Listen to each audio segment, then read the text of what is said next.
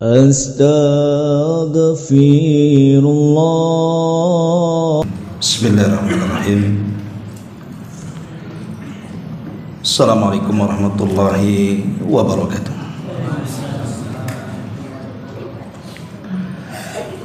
Alhamdulillah wassalatu wassalamu ala Rasulillah wa ala alihi wa sahbihi wa mawalah wa la hawla wa la quwwata illa billahi wa ba'd. Terlanjutkan kajian kita masih membahas tafsir dari juz 29 dan kita sudah menyelesaikan surah Al-Mulk dan kita masuk pada surah berikutnya, Suratul Qalam.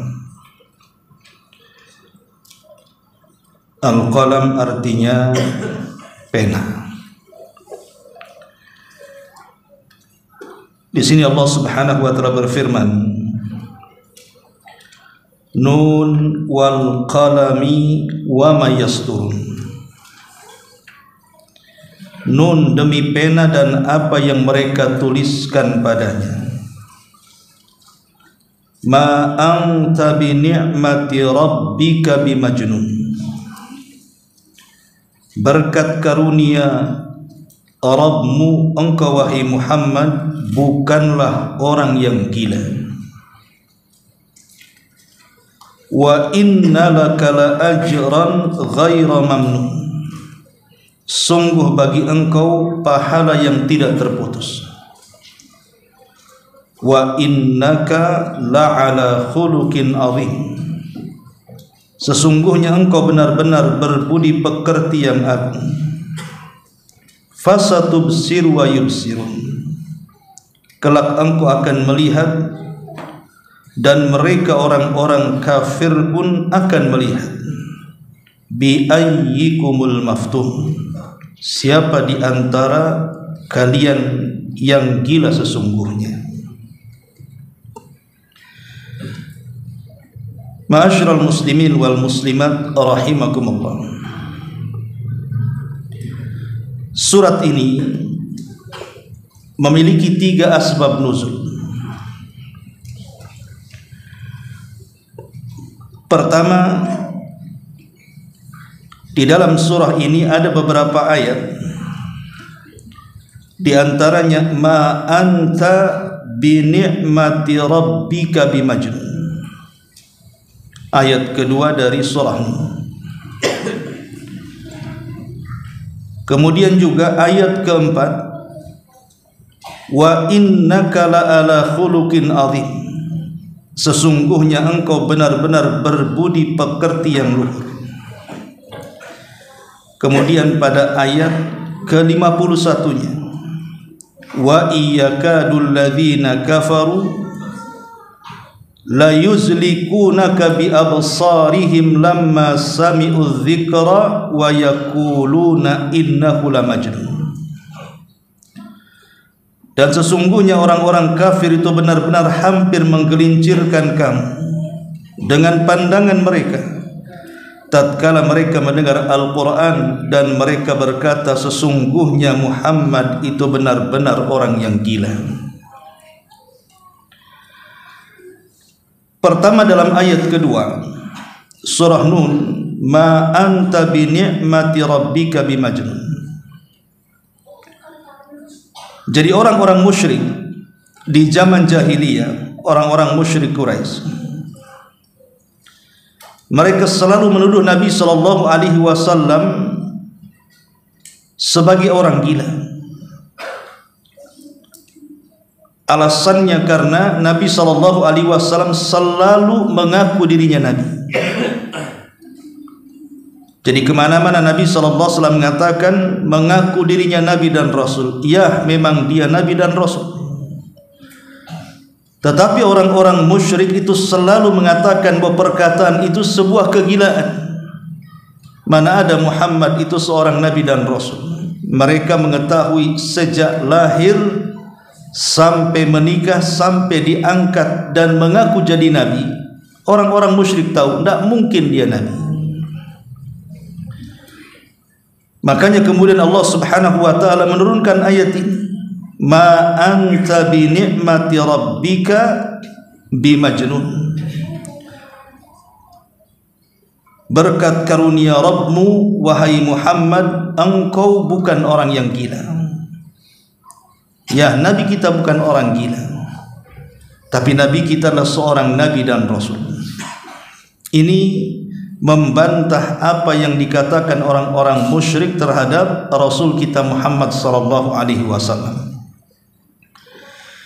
Kemudian pada ayat keempatnya Allah Subhanahu wa taala mengatakan, wa innaka la'ala khuluqin azim, dan engkau wahai Muhammad di atas budi pekerti yang luhur. Sebab turun ayat ini adalah turun terhadap Nabi sallallahu alaihi wasallam, sebagaimana Ummul Mukminin Aisyah radhiyallahu anha berkata bahwa sebab turun ayat ini surah keempat, ayat keempat dari surah Al-Qalam, kata beliau Ummul Mukminin Aisyah radhiyallahu anha, adalah turun kepada Rasul sallallahu alaihi wasallam. Kata beliau, ma kana ahadun ahsan khuluqan min Rasulillah sallallahu alaihi wasallam wa ma da'ahu ahadun minas sahabati wala min ahli baitihi illa qala labbaik walidzalika anzalallahu azza wa jalla wa innaka la'ala khuluqin azim. Kata Aisyah radhiyallahu anha, dia mengatakan, tidak ada satupun manusia yang lebih indah akhlaknya dibandingkan akhlak Nabi, dan tidaklah seorang pun yang memanggil beliau, entah dia seorang sahabat ataupun dia dari kalangan keluarganya, kecuali Nabi sallallahu alaihi wasallam akan mengatakan labbaik, penuhi panggilan. Sebab itulah turun wa innaka la'ala khuluqin azim. Nabi sallallahu alaihi wasallam tidak pernah membedakan siapapun yang memanggilnya, kecuali dia akan memenuhi panggilannya, walaupun yang memberikan undangan itu orang miskin. Tidak seperti para pejabat atau orang-orang kaya yang memilah dan memilih siapa yang mengundangnya. Kalau nampaknya mengundangnya ini sebuah kemuliaan dan kehormatan, boleh jadi mungkin yang mengundangnya setara atau di atasnya, maka baru dia datang. Tapi yang mengundangnya mungkin orang di bawahnya atau orang fakir dan miskin, terkadang sama sekali tidak datang, kalaupun datang mengutus utusan untuk mewakili. Dan ini bukan akhlak. Ini yang kedua. Kemudian yang ketiga, surah Al-Qalam 51, di mana Allah Subhanahu wa taala mengatakan, wa iyakadul ladzina kafaru la yuzlikunaka bi absarihim lamma sami'u dzikra wa yaquluna innahu lamajnun. Dan sungguh orang-orang kafir itu berkata, hampir-hampir menggelincirkan engkau wahai Muhammad dengan pandangan mereka tatkala mereka mendengar Al-Quran, dan mereka pun berkata, sungguh ia Muhammad benar-benar orang gila. Sebab turun ayat ini, jadi orang-orang kafir ketika mereka hendak menimpakan sihir berupa penyakit mata atau ain dalam bahasa Arab kepada Nabi sallallahu alaihi wasallam, mereka bersekongkol dengan salah seorang dari Bani Asad yang memiliki ilmu sihir. Apabila ada seekor unta yang sangat gemuk, kemudian dipandang saja oleh seorang laki-laki dari Bani Asad ini, maka unta itu akan mati. Dan ini bahayanya penyakit ain. Penyakit ain ini banyak, karena banyak membunuh manusia setelah takdir Allah Subhanahu wa taala.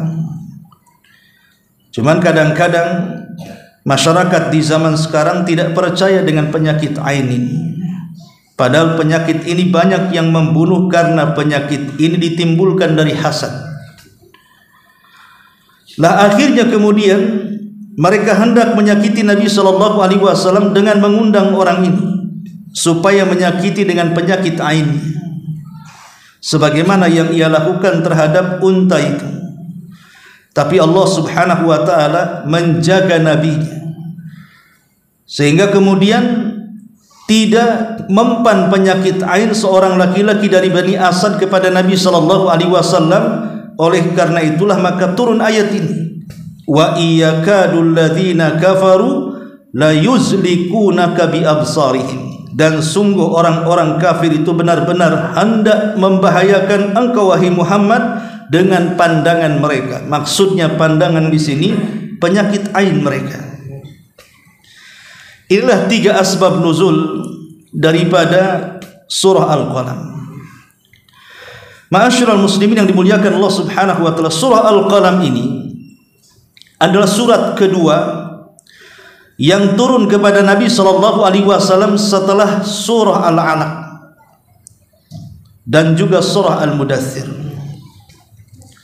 Lalu apa kaitan surah Al-Alaq dengan surah Al-Qalam ini?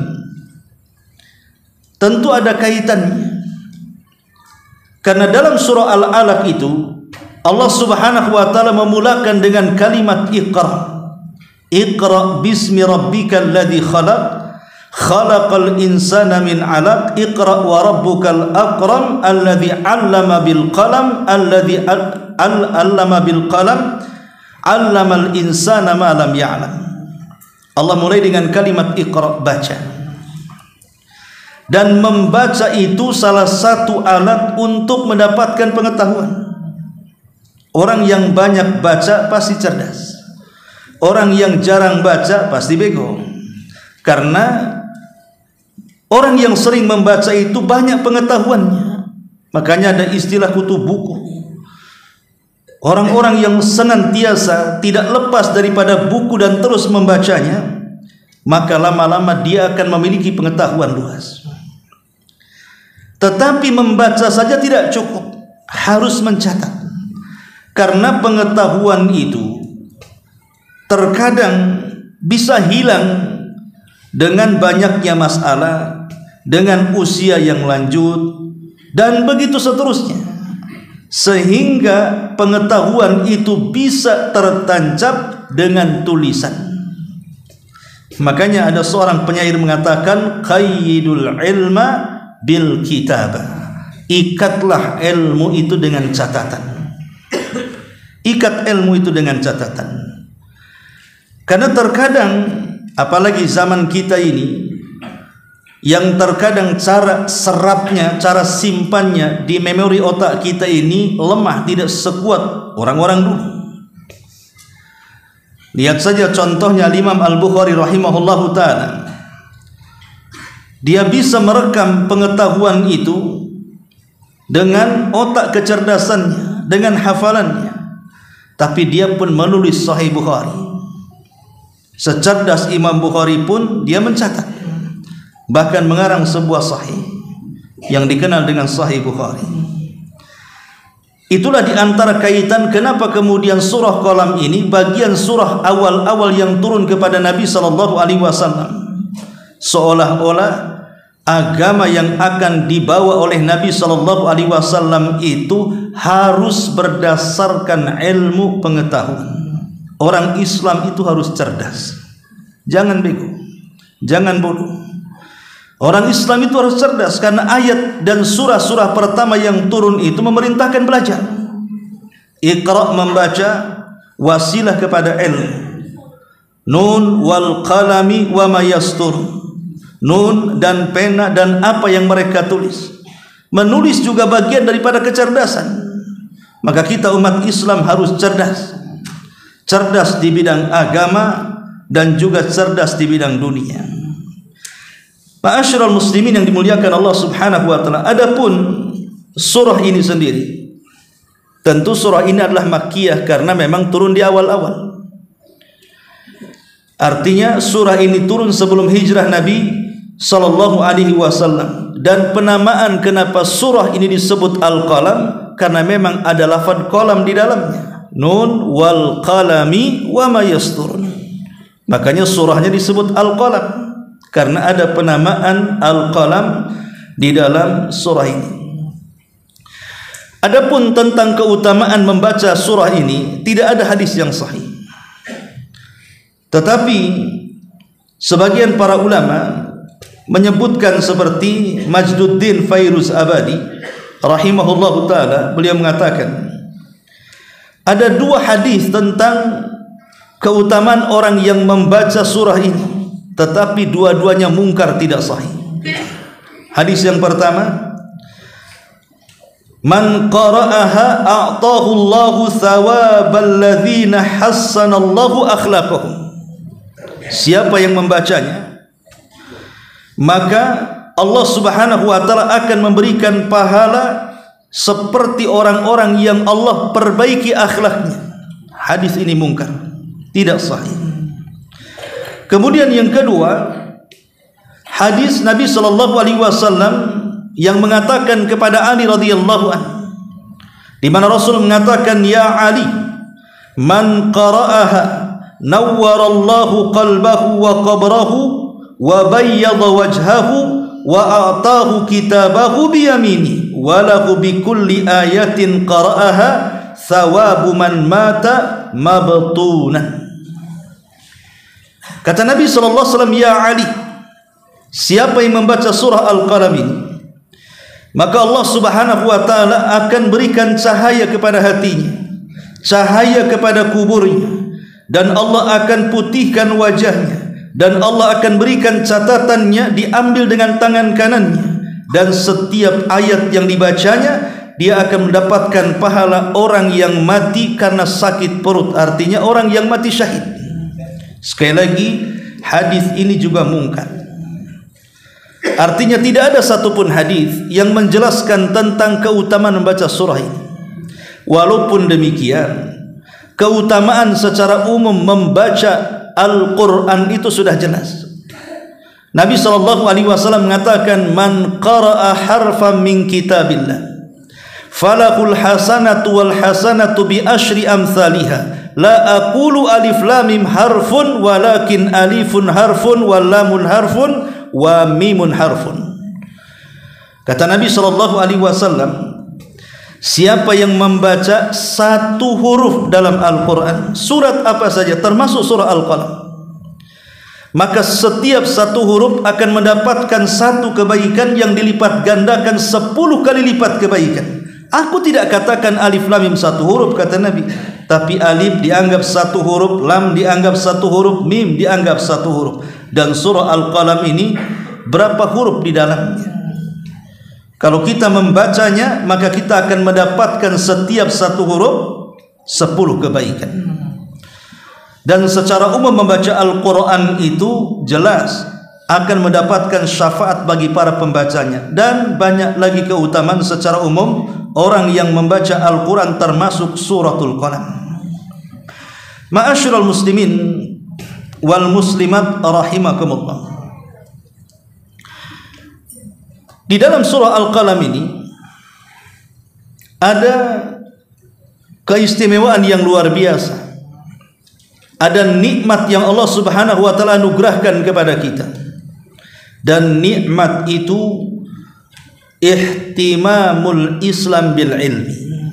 Bahwa Islam sangat menganjurkan sekali pemeluknya untuk senantiasa menggali ilmu.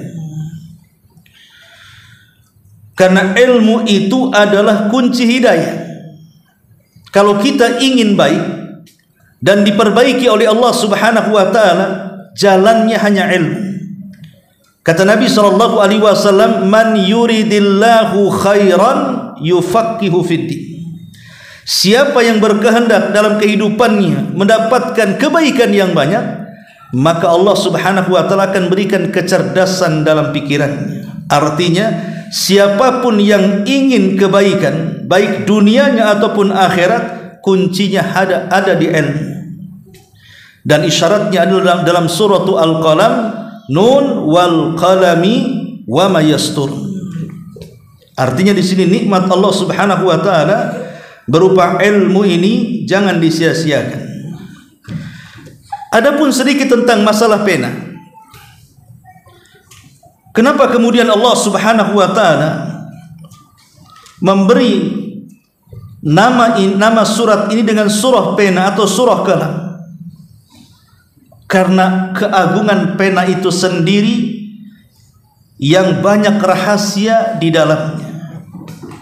Pertama, kita tahu bahwa Allah Subhanahu wa taala ketika menciptakan awal makhluknya menjadi perselisihan ulama antara arasy, kemudian air dan pena. Ada yang mengatakan Allah pertama kali ciptakan pena, ada yang mengatakan Allah yang pertama kali menciptakan makhluknya arasy, ada yang mengatakan air. Walaupun yang rajih adalah makhluk yang pertama kali diciptakanlah arasy Allah Subhanahu wa taala, tetapi pena juga di antara awal-awal ciptaan Allah Subhanahu wa taala. Kenapa Allah Subhanahu wa taala memasukkan pena itu pada awal penciptaannya? Tidak lain dan bukan karena keagungan pena itu sendiri. Pena ini akan mencatat segala sesuatu. Makanya setelah Allah Subhanahu wa taala kemudian menciptakan pena, maka Allah Subhanahu wa taala menciptakan lauh semacam papan. Kemudian Allah Subhanahu wa taala katakan, wahai pena, catatlah segala sesuatu yang akan terjadi di alam semesta ini dari dunia sampai akhirat. Maka pena pun kemudian mencatatnya sampai tintanya kering. Jadilah kemudian catatan yang ditulis pena itu menjadi takdir seluruh makhluknya. Apapun yang terjadi hari ini pada kondisi manusia atau makhluk-makhluk yang lainnya, semua sudah tercatat oleh kolam di dalam papan yang disebut dengan Lauhil Mahfuz. Makanya kenapa pena ini sangat istimewa, karena mencatat seluruh takdir kita. Allah Subhanahu wa taala mengatakan, fiha yufraqu kullu amrin hakim. Di dalamnya, di Lauhil Mahfuz sudah diputuskan perkara Al-Hakim. Allah Subhanahu wa taala dengan penuh ketelitian. Ma'asyiral muslimin yang dimuliakan Allah Azza wa Jalla, tidak cukup sampai di sini.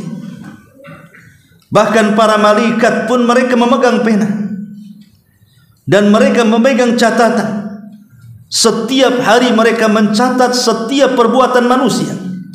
Bahkan di sebelah kanan kiri kita ada malaikat raqib dan ada malaikat atid yang senantiasa mencatat dengan pena-pena mereka apa yang kita perbuat selama ini. Apakah itu yang baik ataupun yang buruk, semua dicatat dan tidak terlewatkan. Belum lagi malaikat-malaikat yang ditugaskan mencatat kebaikan di siang hari dan di malam hari.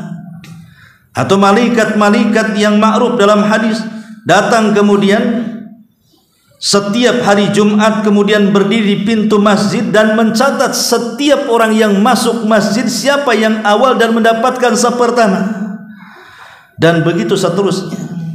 Itulah keagungan Al-Qalam. Cukup sampai di sini? Tidak. Bahkan pena juga menjadi alat bagi manusia untuk mencatat apapun yang dihajatkan manusia. Kalau tidak ada pena dan tidak ada catatan, maka tidak akan ada arsip kehidupan. Tidak ada arsip kehidupan kan? Kalau seandainya kemudian orang mau mendata hanya dengan modal hafalan dan tidak ada catatan, orang mudah lupa, ikhwan.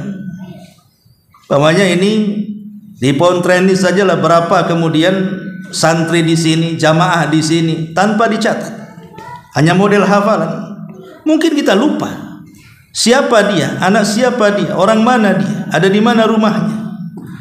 Tapi kalau kita mencatat, maka kita bisa kemudian mengetahui satu persatu orang ini, karena ada arsipnya di situ. Itulah keistimewaan pena. Lebih daripada itu, kalau bukan karena pena, mungkin tidak akan ada kitab-kitab para ulama. Mungkin kita tidak akan mengenal apa itu Sahih Bukhari, apa itu Sahih Muslim. Bahkan boleh juga Al-Quran sendiri mungkin kita tidak tahu, karena Al-Quran itu kan ditulis. Al-Quran itu ditulis dari zaman Nabi SAW.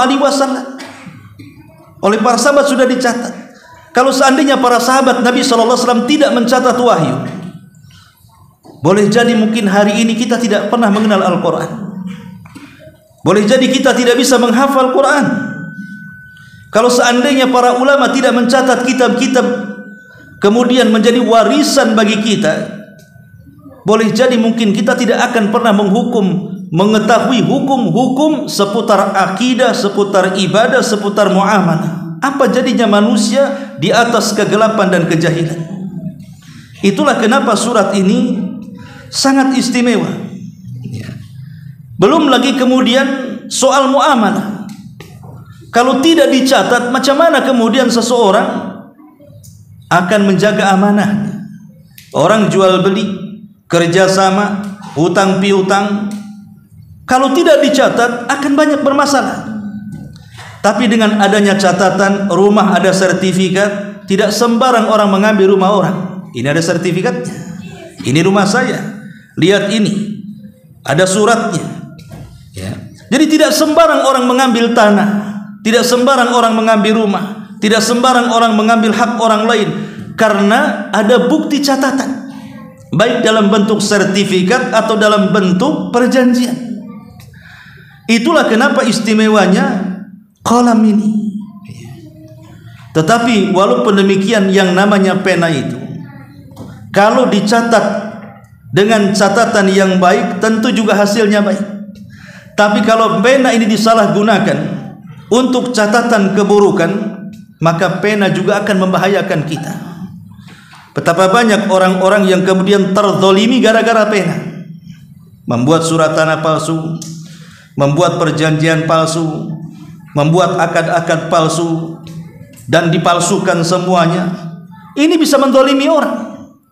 Terkadang kemudian hak orang beralih kepada orang lain, tanah orang beralih kepada tanah orang lain, hak orang bisa beralih dengan hak orang lain kalau catatan itu memadaratkan. Jadi pena itu tergantung siapa yang megang. Kalau yang megangnya orang saleh, maka akan membawa kebaikan. Tapi kalau yang memegang itu orang jahat, pasti akan membawa kehancuran. Makanya begitu tingginya nikmat qalam ini, sampai-sampai kemudian segala sesuatu itu berhajat kepada qalam, berhajat kepada tulisan. Maka jangan sia-siakan nikmat Allah Subhanahu wa taala berupa pena dan catatan ini. Tapi sekarang terkadang maaf juga tidak dihargai. Antum saja belajar tak ada pegang pena. Saya ngomong setengah jam, boleh jadi yang antum hafal 2 menit saja, ujung sama akhir saja, tengah entah kemana. Ma'asyiral muslimin yang dimuliakan Allah Subhanahu wa taala, inilah nikmat Allah Subhanahu wa taala, di mana Allah Subhanahu wa taala berfirman, Nun wal qalami wa ma yasturun. Nun wal qalami, demi pena dan apa yang mereka tuliskan di atasnya. Nun ini adalah salah satu huruf hijaiyah. Dia sama dengan alif, sama dengan ba, sama dengan ta, sama dengan ja, dan begitu seterusnya. Lalu kenapa kemudian di permulaan surat ini terkadang ada huruf hijaiyah yang diletakkan di situ?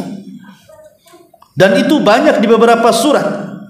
Seperti umpamanya alif lam mim, kemudian alif lam ra, kemudian qaf, kemudian thaha, kemudian yasin. Di sini ada nun, dan banyak di dalam Al-Qur'an di beberapa surat itu dimulai potongan-potongan huruf hijaiyah. Kalau kita mengacu kepada kitab-kitab tafsir, selalu di situ disebut Allahu a'lamu bimuradihi bihi. Allah lebih tahu apa maksudnya. Tetapi para ulama mengatakan bahwa diletakkan huruf-huruf hijaiyah di permulaan surat itu sebenarnya ini sebuah tantangan. Tantangan kepada siapa? Tantangan kepada orang-orang yang meragukan Al-Quran itu turun dari Allah Subhanahu wa ta'ala kepada Nabi sallallahu alaihi wasallam. Kita tahu bahwa ketika awal turun Quran itu di mana? Di Arab, di Mekah, di mana orang-orang Mekah itu mereka berbahasa Arab, dan para sahabat yang hidup di zaman Rasul pun berbahasa Arab, dan Nabi SAW pun berbahasa Arab. Bukan berarti kemudian Islam itu untuk orang Arab, tidak. Islam itu untuk segenap manusia. Kebetulan saja turun di kota Mekah, makanya menggunakan bahasa Arab. Lah di zaman Nabi SAW itu, ketika turunnya Al-Quran itu kan mereka pakar-pakar bahasa, ikhwan. Jadi orang-orang Arab di zaman Rasul itu mereka pakar-pakar bahasa, sehingga melahirkan para pujangga besar, pandai bersyair. Lah ketika turun ayat ini, banyak orang-orang musyrik Arab dan para pujangga dan para ahli bahasa yang hebat di zaman itu meragukan tentang Quran, apakah itu wahyu atau bukan. Maka Allah Subhanahu wa taala ingin menantang mereka. Dengan cara apa? Kalian berbahasa Arab menggunakan huruf hijaiyah yang disambung-sambung. Man anta, siapa kamu? Man tersambung dari mim, nun, alif, nun, ta. Jadi man anta. Jadi bahasa Arab itu adalah sambungan yang disambung-sambungkan dari huruf hijaiyah. Kalau kalian meragukan Al-Quran, sekarang buatlah semisal Al-Quran dengan huruf hijaiyah, karena Quran pun terangkum dari huruf hijaiyah. Quran itu kan rangkaian-rangkaian huruf hijaiyah yang kemudian membentuk kalimat-kalimat, membentuk kata-kata, sehingga jadilah sebuah kalimat. Sekarang buatlah semisal Quran. Kalau kalian meragukan Al-Quran, buat semisal Quran dengan huruf yang sama. Sebagaimana Al-Quran tidak lepas dari alif sampai ya, buat semisal Al-Quran dari huruf alif sampai ya, gabung-gabungkan oleh kalian. Makanya kemudian Allah Subhanahu wa taala ingin menantang, kenapa di permulaan beberapa surat itu diletakkan huruf hijaiyah, alif lam mim nun, seolah-olah ingin mengatakan kalau kalian ragu dengan Quran, sambung-sambungkanlah itu alif lam nun ya sin to ha nun, buat semacam Quran. Tetapi mereka tidak sanggup. Sampai hari ini tidak ada yang sanggup untuk membuat satu surat pun dalam Quran. Bahkan Allah tegas menantang dalam Quran, fa'tu bi suratin min mithli, datangkan oleh kalian seperti surat dalam Al-Quran kalau kalian sanggup. Bahkan Allah mengatakan, fad'u syuhada'akum, panggil semua yang sanggup. Bahkan dalam ayat yang lain, kalau kalian mengumpulkan manusianya yang cerdas-cerdas, dari yang tidak punya tetel sampai profesor, dari yang gimba rambutnya sampai yang botak rambutnya, dari jin dan manusianya, kumpul kalian, rangkai semisal Quran, kalian tidak akan sanggup. Fa illam taf'alu walan taf'alu, kalian tidak sanggup melakukannya dan tidak akan pernah sanggup melakukannya. Kalau memang tidak ada yang sanggup untuk melakukannya, merangkai Al-Quran, merangkai semisal Quran, kenapa kemudian diragukan bahwa Al-Quran itu wahyu dari Allah? Harusnya ketika kita ini lemah, tidak sanggup merangkai Al-Quran, berarti harus adanya keyakinan bahwa memang Al-Quran itu adalah wahyu yang diwahyukan kepada Nabi SAW. Apalagi Nabi SAW sendiri seorang ummi, tidak bisa mencatat dan tidak bisa membaca. Lalu bagaimana kemudian manusia yang tidak bisa membaca dan menulis mampu merangkai sedemikian indah kata-kata kalau bukan dari Allah Subhanahu wa taala? Maka semakin terang dan jelaslah bahwa Al-Quran itu adalah wahyu dari Allah. Jadi kalimat nun seolah-olah tantangan dari Allah, buat semacam surah Al-Qalam, ini perangkatnya, huruf-huruf hijaiyah termasuk nun di dalamnya, kalian tidak akan sanggup. Kemudian Allah Subhanahu wa taala mengatakan, wal qalami wa ma yasturun, demi pena dan apa yang mereka tulis padanya. Tadi saya sudah jelaskan, ketika Allah Subhanahu wa taala bersumpah dengan pena, Allah tidak sembarang bersumpah dengan makhluknya, ikhwan. Makhluk Allah itu banyak, tidak terhitung berapa jumlahnya. yang telah Allah ciptakan di alam semesta ini. Tetapi Allah Subhanahu wa taala tidak menjadikan semua makhluk dijadikan sumpah dalam Quran. Allah pilih-pilih. Yang dijadikan sumpah dalam Quran itu Allah pilih-pilih. Salah satunya adalah al-qalam, pena, terpilih menjadi salah satu sumpah yang Allah buat sumpah di dalamnya. Dan kaidah tafsir mengatakan, tidaklah Allah Subhanahu wa taala bersumpah dalam Quran kecuali makhluk yang dijadikan sumpah itu memiliki keistimewaan di hadapan Allah. Tidak ada makhluk yang dijadikan sumpah oleh Allah melainkan makhluk itu memiliki kemuliaan di hadapan Allah Subhanahu wa taala. Memang qalam itu memiliki kemuliaan. Seperti yang saya sudah jelaskan. Karena ada qalam, ada lauhil mahfud. Ada lauhil mahfud, ada takdir. Karena ada qalam, terpisahkan mana catatan baik, mana catatan buruk. Akhirnya kemudian manusia terpisahkan, mana manusia yang baik, mana manusia yang tidak baik dari catatan itu.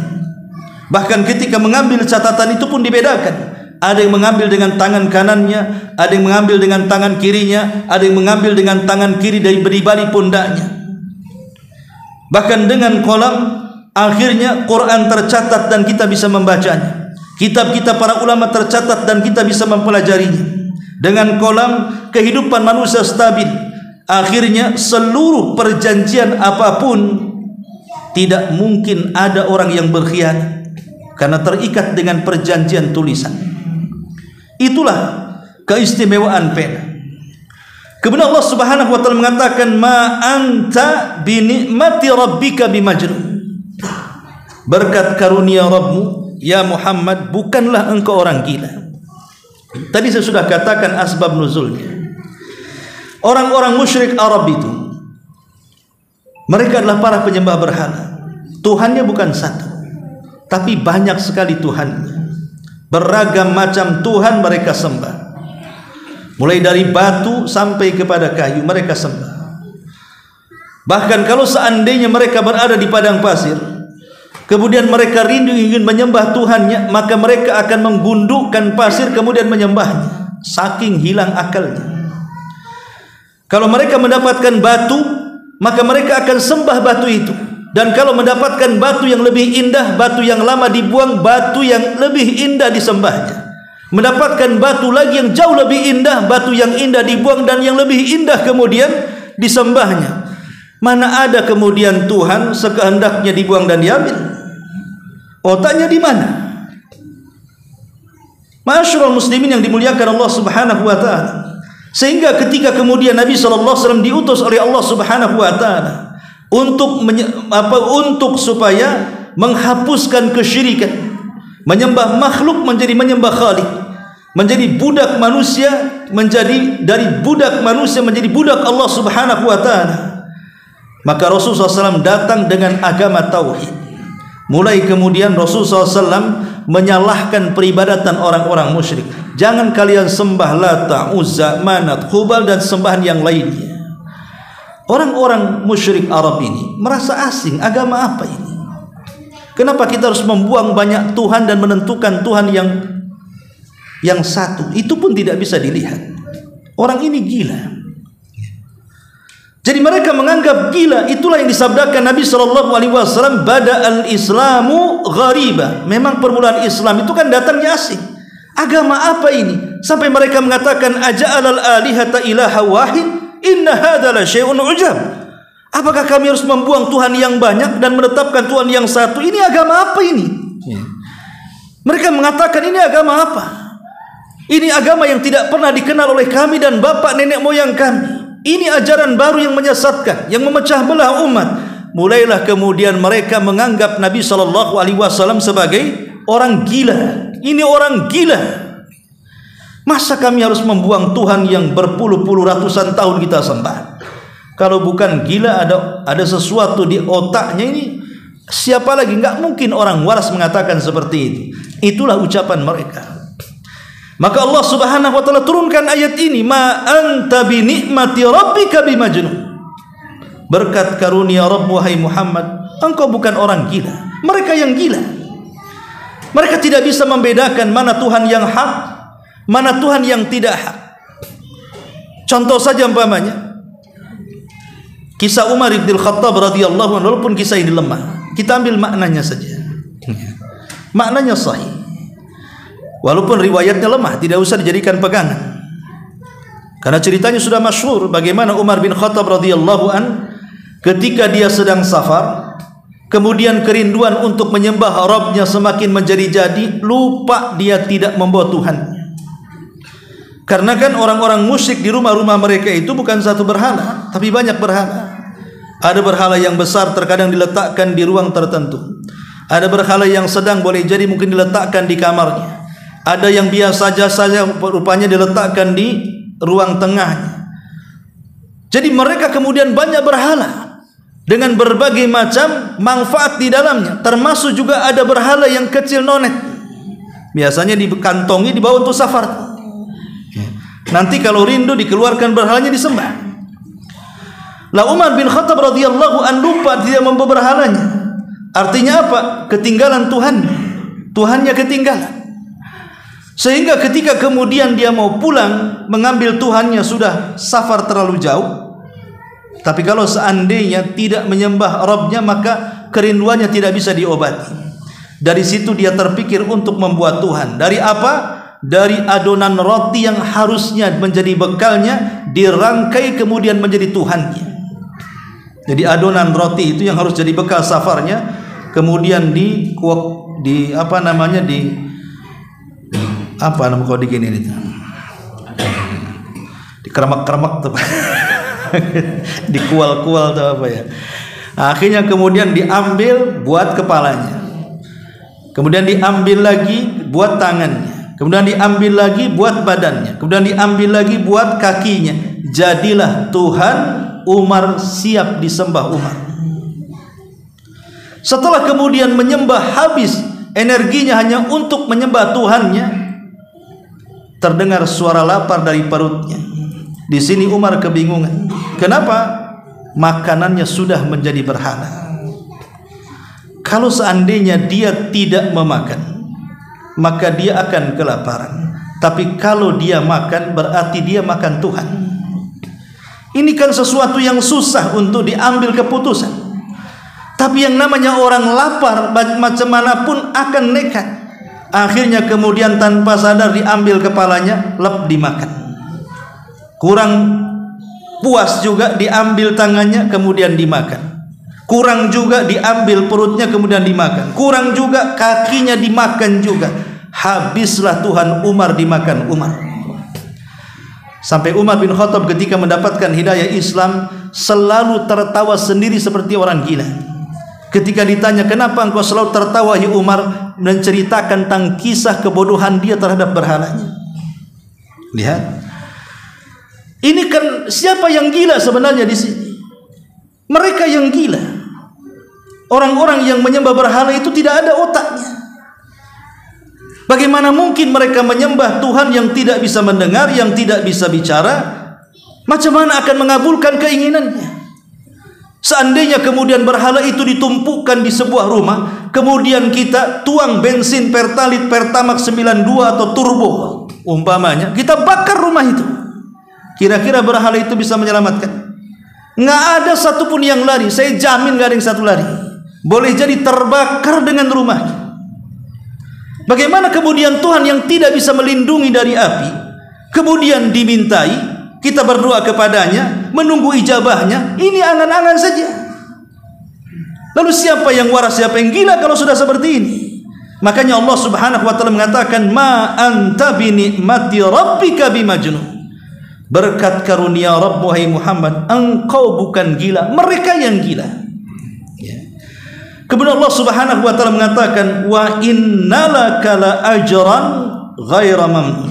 Sesungguhnya bagi engkau wahai Muhammad pahala yang tidak mungkin terputus. Ya, bagaimana akan terputus? Nabi SAW mengatakan, man dalla ala khairin kafa'ili. Siapa yang mengajak orang lain kepada kebaikan, maka dia dapat pahala kalau orang yang diajaknya berbuat baik. Man dalla ala huda kana lahu ajrun wa ajru man amila ba'dahu la yanqusu min ujurihim syai'a. Barang siapa yang mengajak manusia ke dalam hidayah kemudian diikuti, maka dia akan mendapatkan pahala dan pahala orang yang mengikutinya tanpa mengurangi pahala dia sedikit pun. Jadi berdakwah itu salah satu daripada multi level pahala. Kalau saya seperti ini berdakwah, menyampaikan ilmu kepada antum, kemudian antum mengamalkan ilmu saya, selepas itu antum dakwahkan kepada orang, kemudian yang antum dakwahkan juga dapat kebaikan dari antum, kemudian orang yang antum dakwahi berdakwah lagi kepada orang, anggaplah akhirnya sampai ribuan orang mendapatkan hidayah. Berawal dari saya yang pertama kali menyampaikan, maka saya mendapatkan ribuan pahala dari orang-orang yang akibat saya akhirnya mendapatkan hidayah. Dan tidak ada manusia yang pertama kali berdakwah dan mengajarkan hidayah kecuali Nabi SAW. Berarti Nabi mendapatkan pahala sebanyak umat yang didakwahinya. Sahabat, para tabi'in, para tabi'ut tabi'in, atba' tabi'ut tabi'in, sampai madzhabul arba, sampai para ulama, sampai hari ini berapa jiwa yang sudah masuk Islam, berapa jiwa yang mengamalkan Islam, berapa jiwa yang percaya dengan wahyu yang dibawa Islam. Itu pahalanya akan kembali kepada satu orang, Nabi kita Muhammad sallallahu alaihi wasallam. Makanya Allah mengatakan, wa innaka la ajran ghaira ma'mun, dan sungguh engkau wahai Muhammad akan mendapatkan pahala yang tidak akan terputus walaupun dia sudah meninggal. Tapi umatnya di mana-mana berbuat baik karenanya. Umatnya di mana-mana berbuat baik karena ajaran yang dibawanya. Maka walaupun Nabi SAW sudah 14 abad yang silam meninggalkan kita, tapi pahalanya terus mengalir ke kuburan. Makanya Allah mengatakan, wa innaka la ajran ghaira mamnun. Dan Allah Subhanahu wa taala mengatakan, wa innaka la ala khuluqin azim. Tidak ada satupun nabi dari nabi-nabi sejak Adam alaihi salatu wassalam diturunkan dari surga ke bumi sampai nabi terakhir Bani Israel Isa bin Maryam, sampai ditutup dengan kenabian Nabi kita Muhammad sallallahu alaihi wasallam yang dipuji di dalam kitab-kitab suci, entah itu Suhuf, entah itu Taurat, entah itu Injil, entah itu Zabur, entah itu Quran, yang dipuji oleh Allah Subhanahu wa taala memiliki akhlak yang luhur itu kecuali Nabi sallallahu alaihi wasallam. Di dalam ayat ini, wa innaka, dan engkau wahai Muhammad berada di ketinggian akhlak yang paling luhur. Makanya Nabi Allah Subhanahu wa taala di ayat yang lain sampai mengatakan apa? Allah mengatakan di dalam ayat yang lain semakna dengan ayat ini, bahwa sungguh pada diri Nabi sallallahu alaihi wasallam ada akhlak yang luar biasa. Ada qudwah hasanah yang luar biasa yang memang tidak dimiliki siapapun manusia. Dan ini menunjukkan apa? Menunjukkan keluhuran, keagungan akhlak yang dimiliki Nabi kita Muhammad SAW. Bahkan misi beliau sendiri adalah menyempurnakan akhlak manusia. Innama bu'ithtu liutammima makarimal akhlak. Aku diutus untuk menyempurnakan akhlak manusia. Adapun seperti akhlak, seperti apa akhlaknya Rasul, tentu pembahasannya panjang. Karena Rasul itu di semua bidang, baik hubungan dia dengan keluarga, baik hubungan dia dengan tetangga, baik hubungan dia dengan kaum muslimin, baik hubungan dia dengan orang-orang kafir sekalipun, memiliki akhlak yang luar biasa. Apalagi hubungan dia dengan Allah Subhanahu wa taala, tentu lebih memiliki akhlak yang luhur lagi. Wallahu a'lam bishawab. Sampai sini saja karena sudah isya juga. Mudah-mudahan ada manfaatnya. Subhanaka wa bihamdika asyhadu an la ilaha illa anta astaghfiruka wa atubu ilaik. Allahu ta'ala alam. Assalamualaikum warahmatullahi wabarakatuh.